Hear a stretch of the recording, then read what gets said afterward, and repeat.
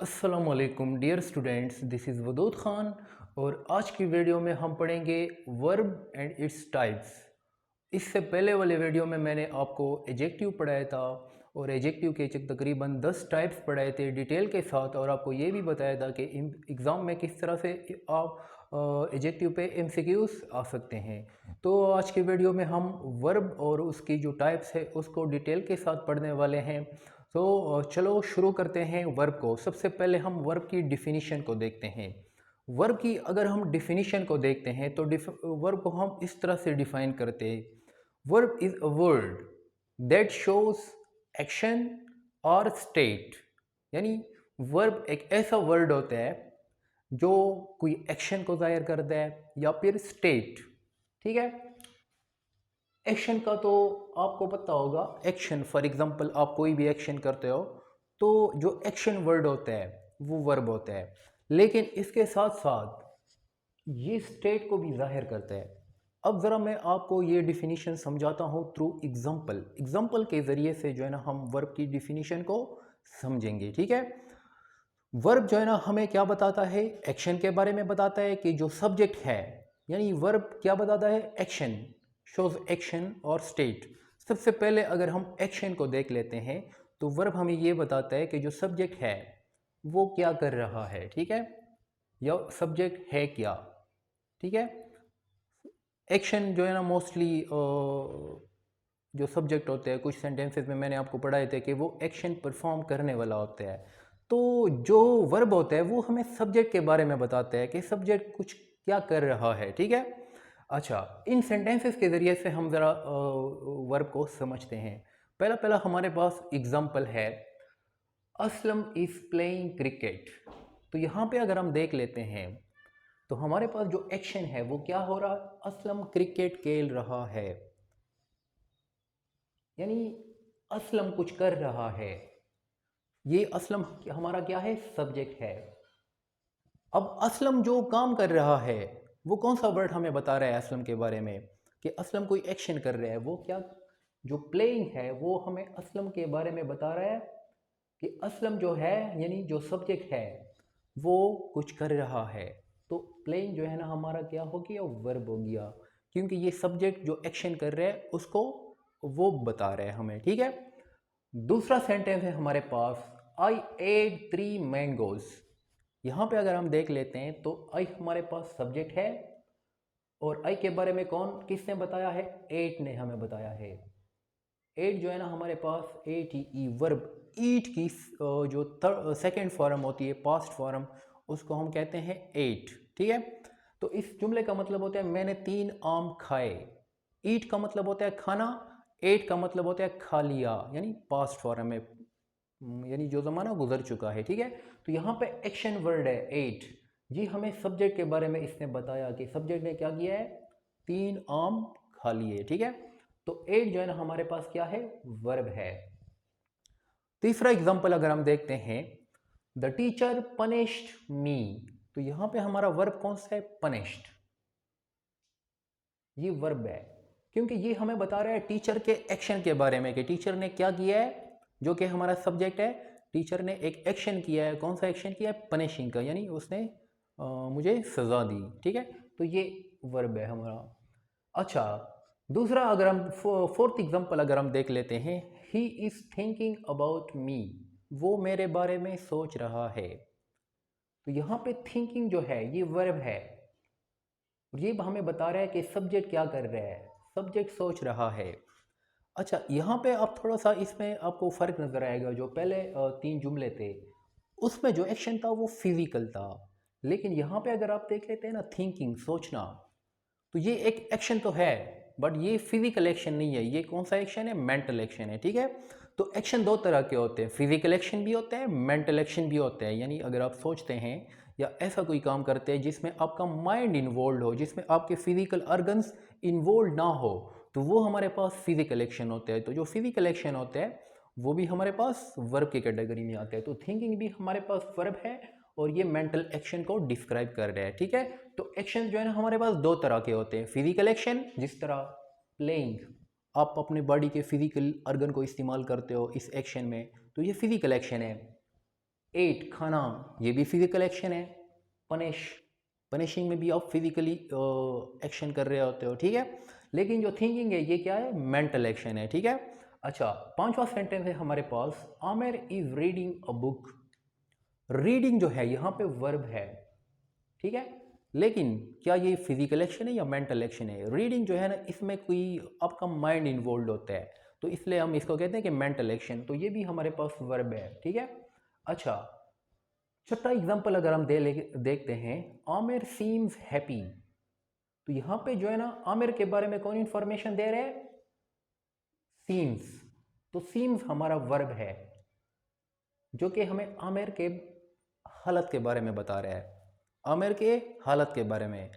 Remember, यहाँ पे कोई भी एक्शन नहीं हो रहा। आमिर सीम्स हैप्पी, आमिर खुश दिखाई देता है, तो ये जस्ट हमें आमिर के बारे में इंफॉर्मेशन दे रहा है, ठीक है।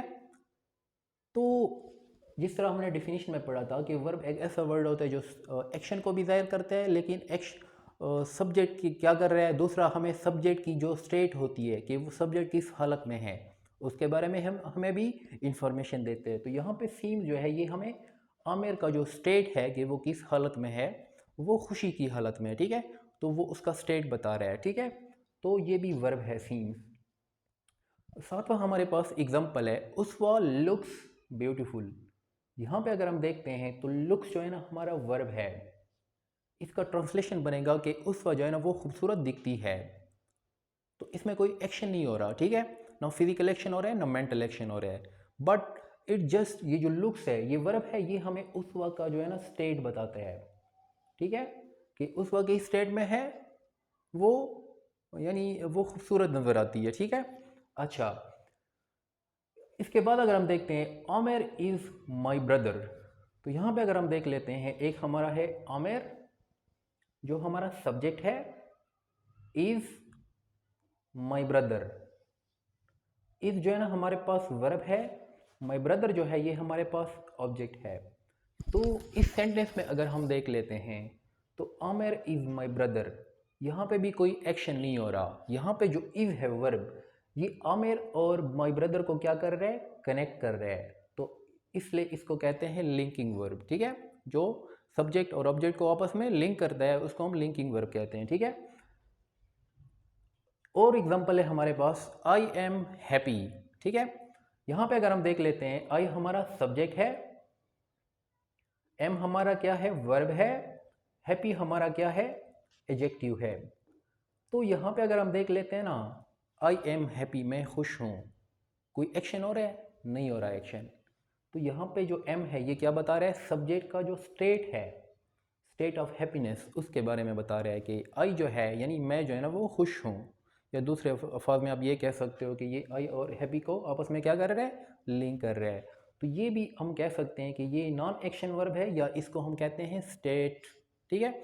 ये सब्जेक्ट के स्टेट के बारे में बताते हैं। तो वर्ब की डिफिनीशन आई होप कि आपको समझ आ रही होगी। तो वर्ब जो है ना, एक ऐसा वर्ड होता है जो ना सिर्फ एक्शन को ज़ाहिर करता है, बल्कि सब्जेक्ट के स्टेट को भी ज़ाहिर करते हैं, ठीक है। अच्छा, वर्ब को कंप्लीटली समझने के लिए आपको वर्ब की जो है ना टाइप समझनी होगी, तब जाके आपको जो है ना वर्ब की कंप्लीट समझ आएगी। जस्ट वर्ब की डिफिनीशन से आपको वर्ब की समझ नहीं आएगी। तो हम चलते हैं वर्ब की ज़रा टाइप्स देखते हैं। पहले जो दो टाइप्स मैंने लिखे हैं, dynamic verbs and stative verbs, ठीक है। तो हम ज़रा देखते हैं कि डायनेमिक वर्ब्स क्या होते हैं और स्टेटिव वर्ब्स क्या होते हैं। अच्छा, जो हमारे पास स्टेटिव वर्ब्स होते हैं, stative verbs describe a state, position और कंडीशन। स्टेटिव वर्ब जो होते हैं ना, वो ऐसे वर्ब्स होते हैं जो सब्जेक्ट के स्टेट के बारे में बताते हैं, या हमें ये बताते हैं कि सब्जेक्ट क्या पोजेस कर रहा है, सब्जेक्ट की पोजीशन के बारे में हमें बताते हैं, या सब्जेक्ट की कंडीशन के बारे में हमें बताते हैं। एग्जाम्पल के ज़रिए से समझते हैं स्टेटिव वर्ब्स को, ठीक है। फॉर एग्जाम्पल, पहला पैरा हमारा एग्जाम्पल है, आई लव मैंगोस। तो यहाँ पे अगर हम देख लेते हैं, लव, लव सब, आई हमारा सब्जेक्ट है, लव जो है ना, ये हमारे पास स्टेटिव वर्ब है, ठीक है। क्योंकि ये क्या कर रहा है, सब्जेक्ट की स्टेट बता रहा है, ऑनगोइंग स्टेट, ठीक है। कि जो सब्जेक्ट है उसको मैंगोस पसंद है, यानी उसका जो प्रेजेंट मौजूदा हालत है उसकी सब्जेक्ट की, वो क्या है, वो ये है कि उसको आम पसंद है। ठीक है, ये उसकी करंट सिचुएशन है। ठीक है, करंट कंडीशन है। दूसरा एग्जांपल है हमारे पास, दे आर हैप्पी। यहाँ पे अगर हम देख लेते हैं तो दे हमारे पास क्या है, सब्जेक्ट है, आर जो है ना हमारे पास स्टेटिव वर्ब है, हैप्पी हमारे पास एडजेक्टिव है। तो यहाँ पे जो स्टेटिव वर्ब है ये क्या बता रहा है हमें, सब्जेक्ट का स्टेट बता रहा है। ठीक है। अच्छा, तीसरा एग्जांपल अगर हम देख लेते हैं, शी हैज़ अ कार, उसके पास एक कार है। तो यहाँ पे शी हमारा सब्जेक्ट है, हैज़ हमारा स्टेटिव वर्ब है, अ कार हमारा ये क्या है, ऑब्जेक्ट है। यहाँ पे हैज़ जो है ना वो सब्जेक्ट की पोजीशन के बारे में बता रहा है कि सब्जेक्ट के पास क्या है। ठीक है, सब्जेक्ट की क्या हालत है, उसके पास एक गाड़ी है, प्रेजेंटली यानी मौजूदा हालत में उसके पास एक गाड़ी है। ठीक है, तो ये उसकी स्टेट बता रहा है या उसकी पोजीशन बता रहा है। तो ये होते हैं हमारे पास स्टेटिव वर्ब्स। इसके उल्टा जो हमारे पास होता है दूसरा, जिसको हम एक्शन वर्ब्स भी कह सकते हैं, या इसको आप डायनेमिक वर्ब्स भी कह सकते हैं। अच्छा, डायनेमिक वर्ब्स क्या होते हैं? Dynamic verbs show action that is happening, that या हैपन्ड और विल हैपन। ठीक है, डायनेमिक वर्ब हमें ऐसे एक्शन के बारे में बताता है जो मौजूदा वक्त में हो रहा हो, या पास्ट में हुआ हो, या फिर फ्यूचर में होगा। ठीक है, तो ये एक्शन के बारे में बताता है कि एक्शन हो रहा है, एक्शन हो चुका है, या फिर एक्शन होगा। ठीक है, फॉर एग्जांपल हमारे पास है आई एम वॉकिंग। तो वॉकिंग जो है ये एक डायनेमिक वर्ब है, क्योंकि हमें ये बता रहा है कि the action is happening. Dynamic verb हमें क्या बताता है कि एक्शन हैपनिंग हो रहा है, हैपन हो चुका है, या फिर विल हैपन होगा। यहाँ पे इस सेंटेंस को अगर आप देख लेते हो, आई एम वॉकिंग, मैं चहलकदमी कर रहा हूँ, तो यहाँ पे एक्शन मौजूदा प्रेजेंट कंटिन्यूस टेंस इस्तेमाल हुआ है। तो dynamic verb most of the time present continuous tense में ही इस्तेमाल होते हैं। ठीक है, या पास्ट टेंसेज में इस्तेमाल होते हैं। ठीक है, ओके, आई एम वॉकिंग। ठीक है, मैं चहलकदमी कर रहा हूँ। तो वॉकिंग जो है ना यहाँ पे हमारे पास एक वर्ब है और ये डायनेमिक वर्ब है। ठीक है, दूसरा एग्जांपल है she is writing a book. तो ये भी प्रेजेंट कंटिन्यूस टेंस है। यहाँ पे जो राइटिंग है ये हमें बता रहा है डायनेमिक के जो एक्शन है वो मौजूदा ज़माने में हो रहा है। ठीक है, तो ये भी डायनेमिक वर्ब है। They will go to Lahore. तो यहाँ पे अगर हम देख लेते हैं, विल गो ये हमारे पास डायनेमिक वर्ब बनेगा, क्योंकि ये हमें फ्यूचर के बारे में बता रहा है कि वो लाहौर जाएंगे, यानी एक्शन आने वाले ज़माने में होगा। ठीक है, तो ये एक डायनेमिक वर्ब है जो कि चेंज हो रहा है। ठीक है, अच्छा, we have won the match. तो यहाँ पे अगर हम देख लेते हैं, हैव वॉन ये भी एक डायनेमिक वर्ब है। ठीक है, क्योंकि ये हमें एक्शन के बारे में बता रहा है कि हम मैच जीत चुके हैं, पास्ट के बारे में हमें बता रहा है। ठीक है, तो ये क्या है, डायनेमिक वर्ब है। ठीक है, ओके। अच्छा, ये वाली जो दो टाइप्स है, stative verb and dynamic verbs, ये इसके बारे में रेयरली क्वेश्चन किए जाते हैं। These two are not the main types of verbs. जो मेन टाइप्स है वो आगे जाके इंशाल्लाह हम पढ़ने वाले हैं। इसके बारे में आपको सिर्फ पता होना चाहिए कि स्टेटिव वर्ब्स होते क्या है, डायनेमिक वर्ब्स होते क्या हैं। पढ़ेंगे हम सारे, लेकिन साथ में मैं आपको ये भी बताऊंगा कि एग्ज़ाम में किसके बारे में क्वेश्चन किए जा सकते हैं। ठीक है, आगे जो हम पढ़ने